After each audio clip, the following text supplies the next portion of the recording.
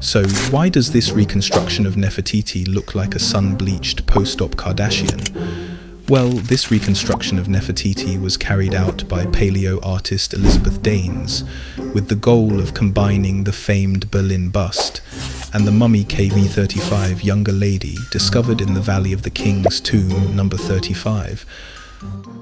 Enter Elisabeth Daynes, the artist behind this reconstruction of King Tut, and now his mother. She said, "The mummy is widely accepted to be the mother of Tutankhamun, and she is also a possible candidate for being the infamous Queen Nefertiti. However, it's puzzling that the reconstruction team, who allegedly consulted anthropologists during its construction, failed to understand some very basic regional expressions of phenotype, ones that would have told them that the bust and mummy weren't compatible. Whilst there is overwhelming evidence that the bust is a fake, a more likely reason for the incompatibility is that the bust doesn't exhibit the regional African features that are strongly present on the mummy. First, you will note that this head is dolichocephalic.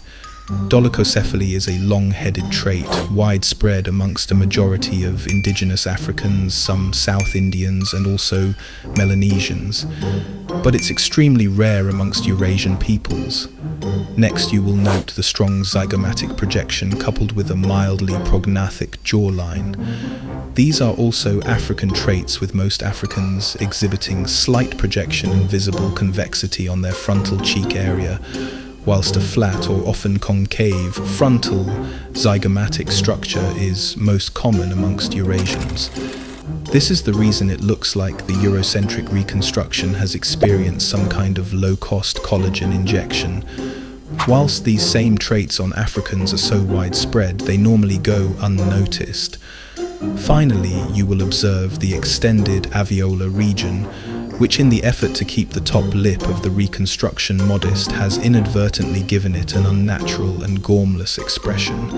This distance between the lower nasal area and the mandible is common for those of African descent, but it's hidden by the projection and girth of a comparatively more voluminous top lip.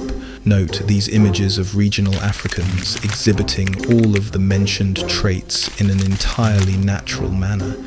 Similarly, the genuine naturalistic bust of Nefertiti that I based my reconstruction on also supports these traits.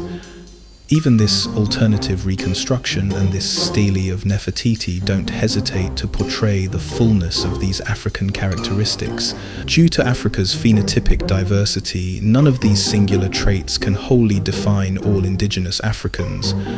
However, the manifestation of all of these unique traits in unison undoubtedly identifies an individual as being an African.